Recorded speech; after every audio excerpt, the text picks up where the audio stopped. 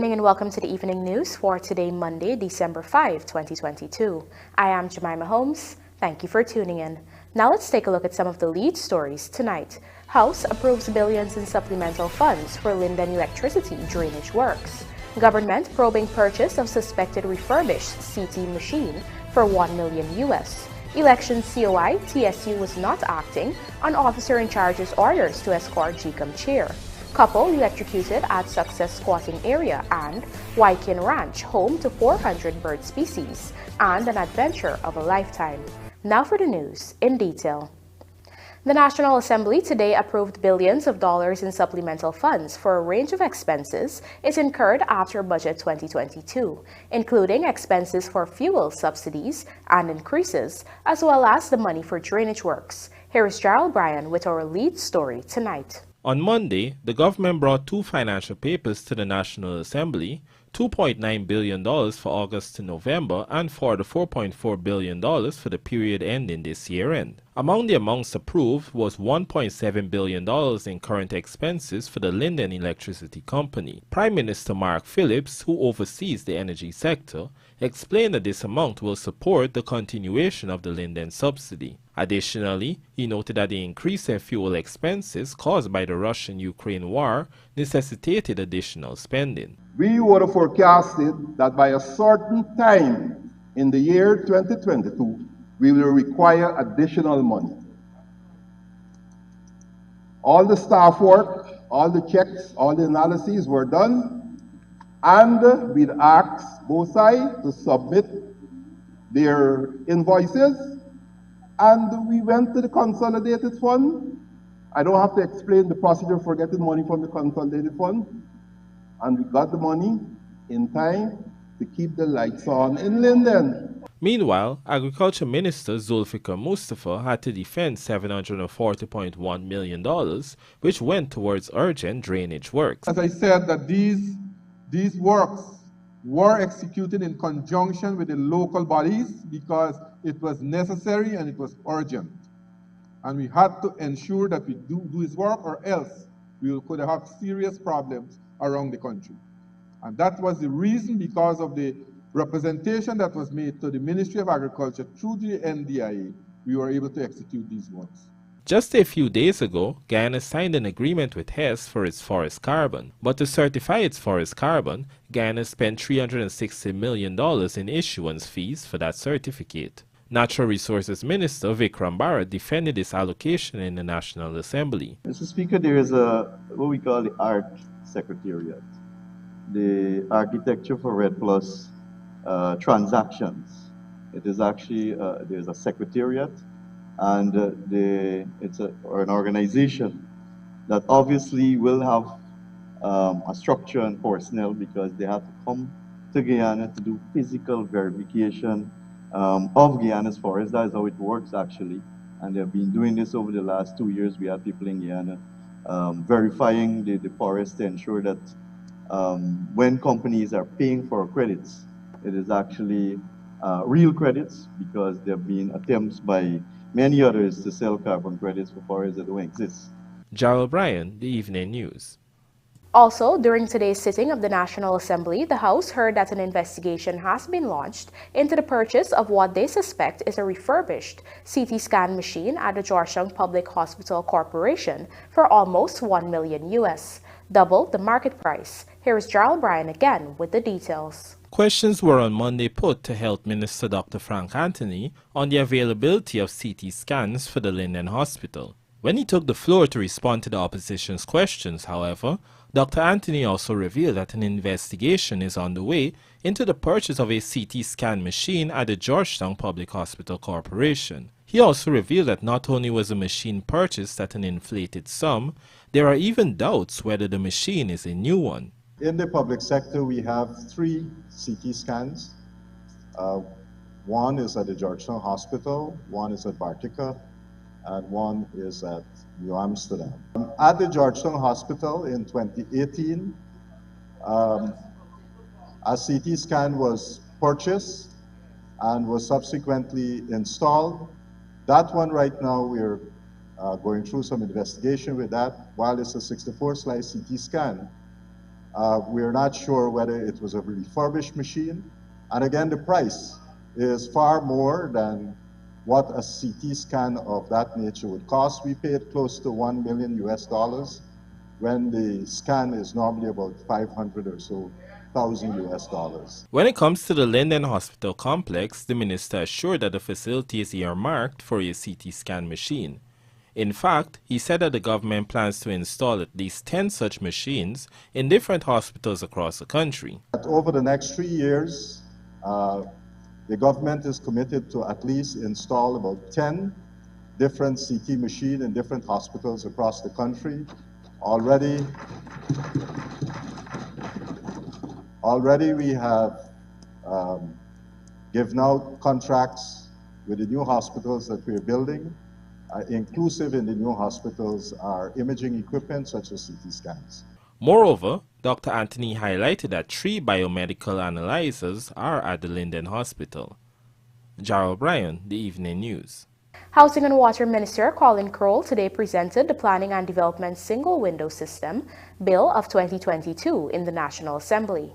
Find out more in this report. I present to the Assembly Planning and Development Single Window System Bill, Bill number 26 of 2022, a bill intituled An Act to Provide for the Establishment of the Planning and Development Single Window System, to provide for the management and implementation of the Planning and Development Single Window System, to provide for the establishment of the Planning Oversight Committee, to define the function of the Planning Oversight Committee, to centralize functions pertaining to land use, planning, and development, and for matters connected thereto. Minister of Housing and Water Colin Crowell presenting to the National Assembly the Planning and Development Single Window System Bill. Back in October, Minister Crowell highlighted that the government acknowledged the increased demands for building permits and other services by the Central Housing and Planning Authority and again Water Incorporated. Once the legislation is in place, it will, among other things, standardize application forms and checklists, as well as drastically cut down on the time needed to complete a transaction. The ministry will also transition from paper-based to computerized records. The implementation of the single window system forms part of the government's efforts to create a business-friendly environment and improve the ease of doing business through an electrical portal that allows investors to submit planning and building permits and check the status of the permits from anywhere in the world. Extensive consultations were also held with the relevant stakeholders, including the local neighborhood democratic councils, heads of service agencies, and regulatory bodies ahead of the presentation of the bill.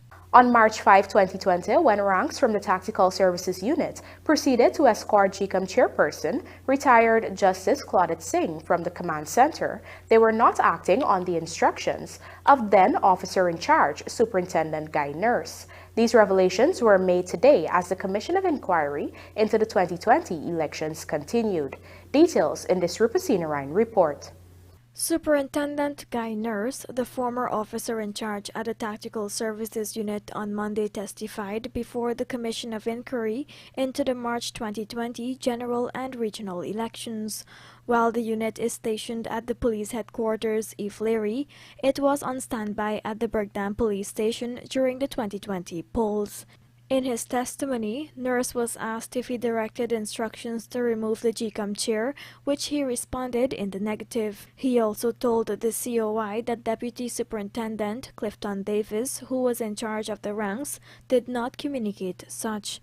Did you give instructions to Deputy Superintendent Davis to go to Ashman's building to escort the chairman of GECOM from that building on the 5th? No.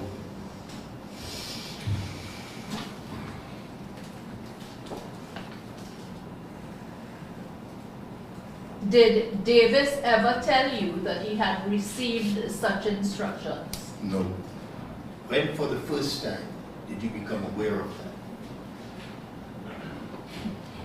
That would be maybe after, in the evening when they came back, after they returned to TSU, they had to go back.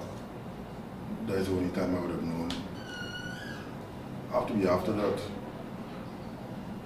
I wasn't aware that they moved from breakdown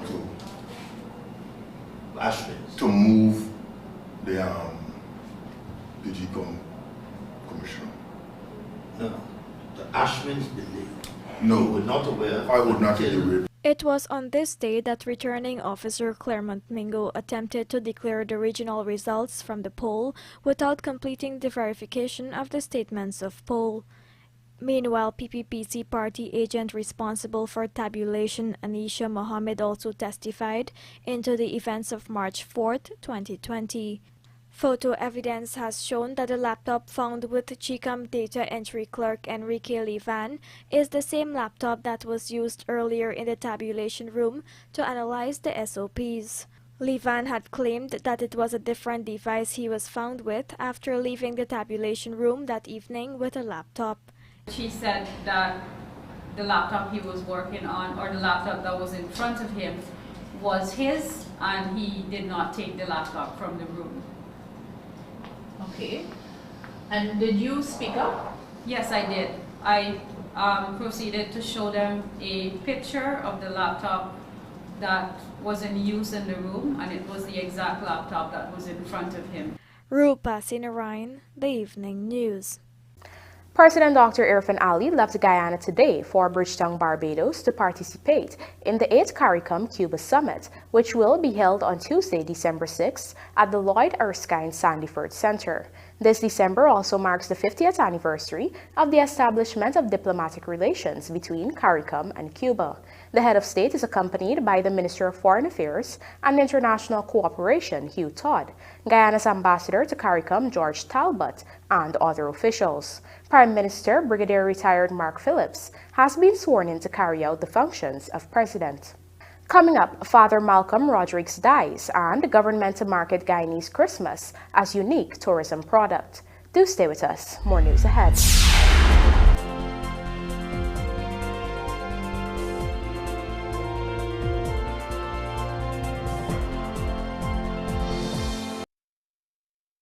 Happy holidays from Superbet.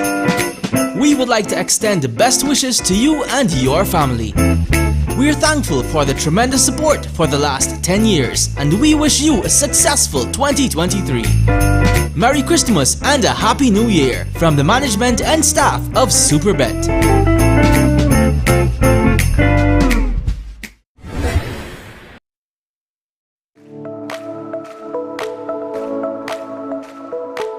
Optic offers great patient care that is tailored for my entire family. At Optic, a wide selection of affordable optical frames and optical services are available to fit your budget. At Optic, my family is provided with comprehensive eye examination and access to the ophthalmology services, all under one roof. Optic takes pride in delivering exceptional customer service and a unique experience to you, our customers. Optic Vision Care is a company that is Guyanese born and grown that will help you take care of your precious eyes.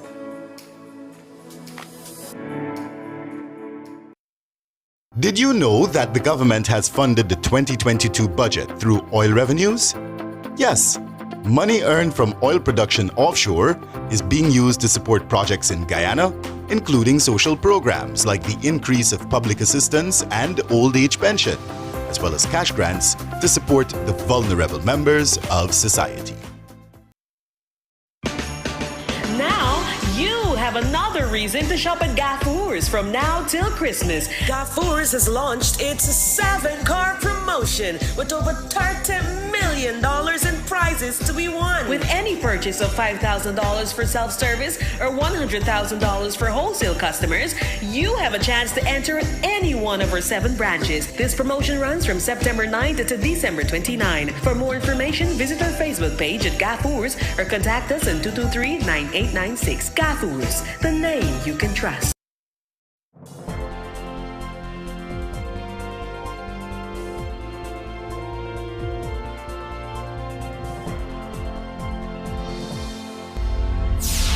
Welcome back. You're watching the Evening News. Father Malcolm Rodriguez has died at age 81. He was a recipient of the country's third highest national award, the Cassie Crown of Honor. Father Rodriguez is recognized as one of those who fought for democracy during the time of the Forbes-Burnham regime in the 1970s and 80s. President Dr. Irfan Ali, in his message of condolences, noted that Guyana, and in particular the Roman Catholic Church, has lost a true champion. Father Rodriguez was ordained in 1973 and held various positions throughout his life. He had served as head of the physics department from 1976 to 1984 and then dean of the Faculty of Natural Sciences from 1986 to 1989. He later became deputy vice chancellor of UG and held the post from 1991 to 1993. Father Rodriguez also served as a member of the Iowa Krama Committee from 1989 to 1990. We now tell you that police are investigating the circumstances surrounding the death of a husband and wife whose bodies were found in an alleyway at Success, East Coast, Demerara. They have been identified as 32-year-old Sarojini Hansraj, a nurse, and 39-year-old Prahalad Jagnarain, a taxi driver who resided in the squatting area of the community. It is suspected that the duo was electrocuted sometime between 19 hours last evening and 6 hours today. Reports are that the couple resided with their 11-year-old daughter.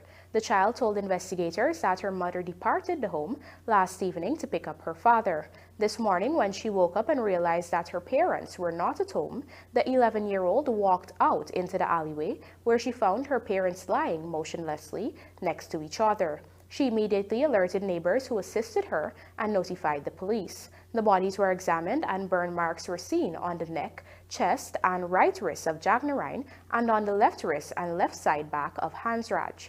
Further searches were done and a length of red and black wire was seen next to the two bodies. The wire was connected to an electrical post leading to their home. An all-male panel has called for more to be done to tackle violence against men in light of the stereotypes about men and masculinity. Research has shown that male victims of gender-based violence do not speak out because they worry about their image, that they would be perceived as less masculine if they reported the abuse. Fiona Morrison tells us more.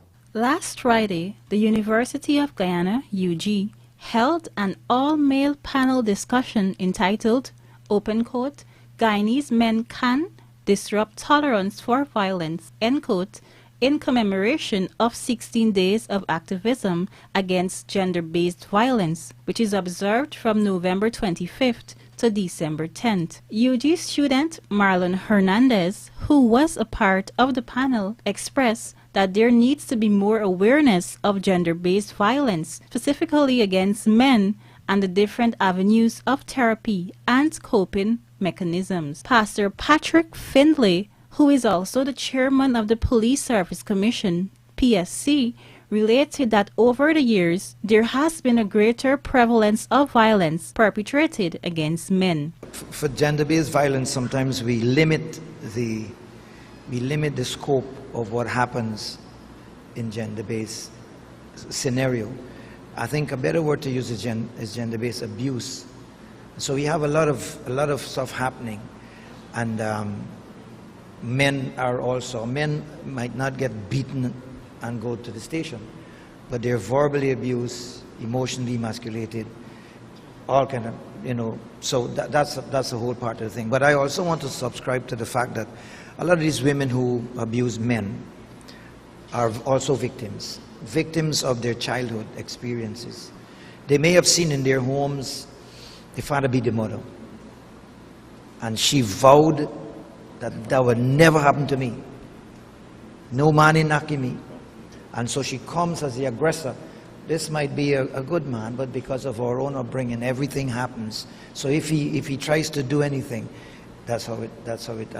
So I want to posit that the home is the foundation, and what we do in the home is being reproduced when the kids leave. According to Dr. Astel Collins, a man is less likely to go to the police station to report that he is being abused by a woman. So I think not only is it underreported, I don't think it's even reported at all. However, he spoke about counseling and therapy. We have one of the best minds in that feel, Mr.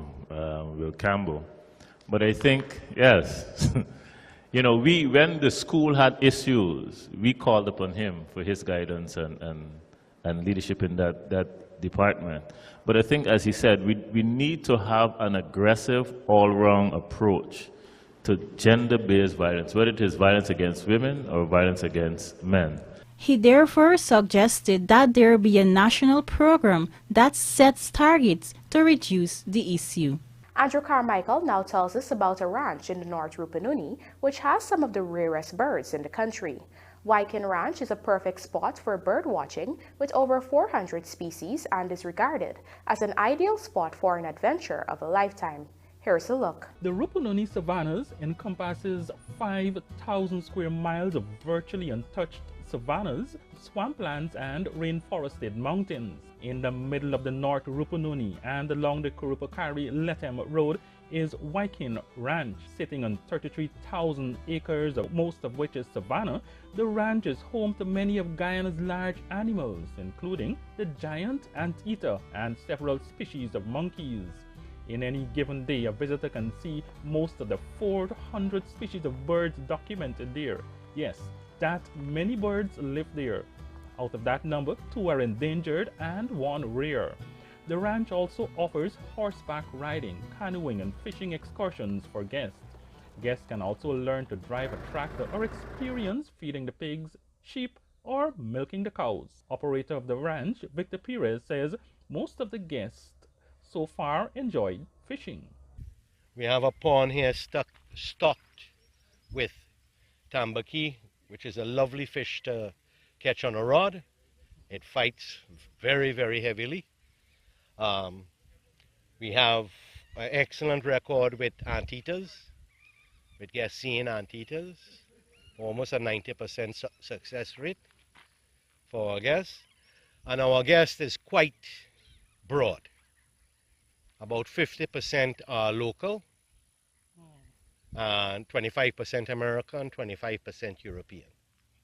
When I say North American, I'm America or Canada. Perez is the CEO of Caribbean Chemicals. He said his father was a major shareholder in livestock development company, Litco, which went out of operations some 30 years ago.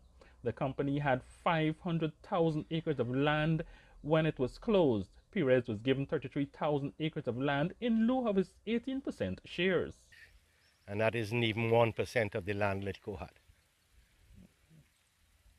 Right? So I ended up with this. Okay. And you initially got into animals and so on? Initially we got in, well, I own Caribbean Chemicals, so I know agriculture. So first thing we did was went into agriculture. Fruits, vegetables, spices. So we tried almost everything. That yellow watermelon was first planted here because we didn't know how good it will do. So before even Georgetown knew about it, we had grown it up here. Fruits and spices and vegetables, how well was that doing? It was doing very well. At one point we were up to 25 people. We're down to 14 now. And the 25 was when we were in fruits and vegetables. But what inspired the shift from agriculture to tourism? Perez says this was due to something which occurred in neighboring Brazil. The Brazilian economy, their dollar went from 2 to 1 US to 4 to 1 US. And that immediately made every product from Guyana more expensive than a product from Brazil. So Letem started buying everything from Brazil instead of Guyana. The ranch is located 20 minutes from the town of Letem by road. Perez says with the road from Georgetown to Letem being improved, it is becoming easier for persons to get to WAIKIN Ranch for day and overnight trips. With the WAIKIN Ranch and the North Essequibo having over 400 species of birds, 2 of which are endangered and 1 rare, it certainly should be one of your #1 tourist destinations. From the North Rupununi, for the Evening News, Andrew Carmichael. Meanwhile, the annual Christmas tree light-up at Rahamans Park at the mouth of the East Bank Highway was held on Sunday evening, where government officials announced their intention to market Guyanese Christmas as a unique tourism product. Let's have a look.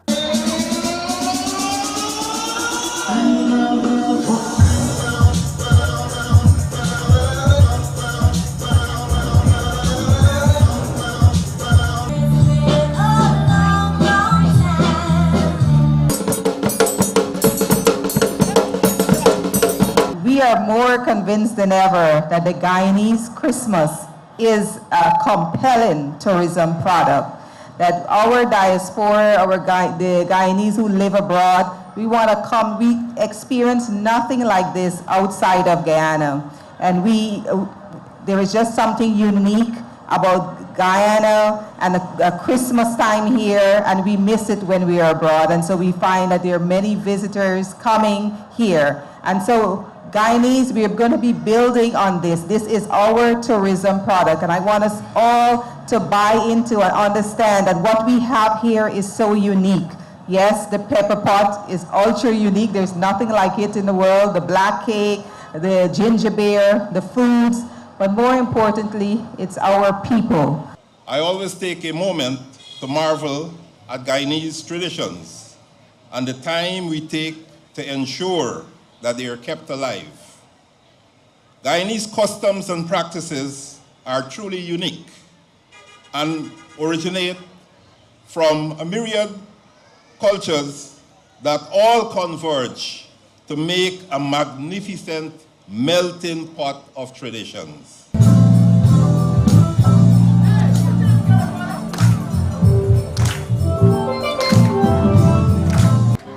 This Christmas, fireside is blazing bright.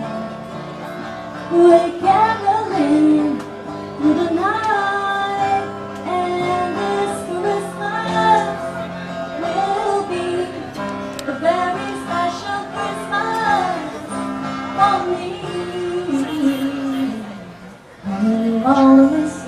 And now for a look at the bridge reports. The Demerara Harbor Bridge is scheduled to be closed on Tuesday, December 6th at 4 hours for a period of 1.5 hours. Meanwhile, the Berbice River Bridge is scheduled to be closed on Tuesday, December 6th at 15 hours for a period of 1.5 hours. England women condemn Windies women in opening ODI, and final teams decided for MVP Sports futsal tourney. Details of these stories and more in the Sportcast, sponsored by MacCorp, coming up on the other side of the break.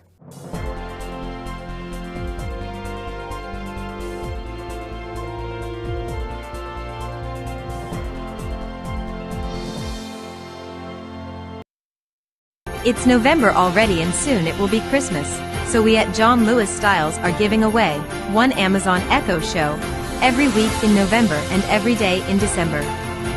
Stream music and videos, make video calls and control smart devices, alarms, reminders, and lots more. Every $5,000 spent gives you a chance to win when you shop for clothing, footwear, watches, fragrances, handbags, luggage, and accessories. So visit us on Waterloo Street.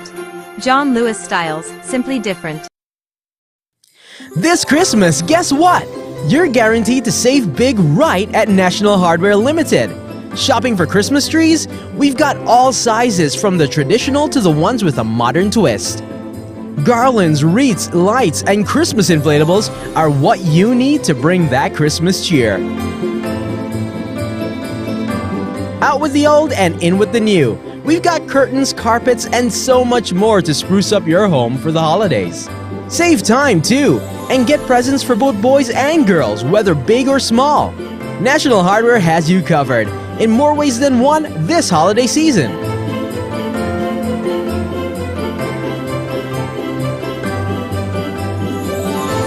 Check out our superstore at 13 to 14 Industrial Site, Rumvelt. Telephone number 231-1091-95. Or downtown at 17 to 19A Water Street, telephone number 227-1961. Complete control of power is in your hands with the ultimate U.S. brand Generac generators from Sylvie's Variety Store. Get the supply and reliability you need every time. From 1,800 to 8,000 watts of power for residential and commercial use. Recoil and electric start with gasoline engines. Generac generators from the authorized dealers Sylvie's Variety Store.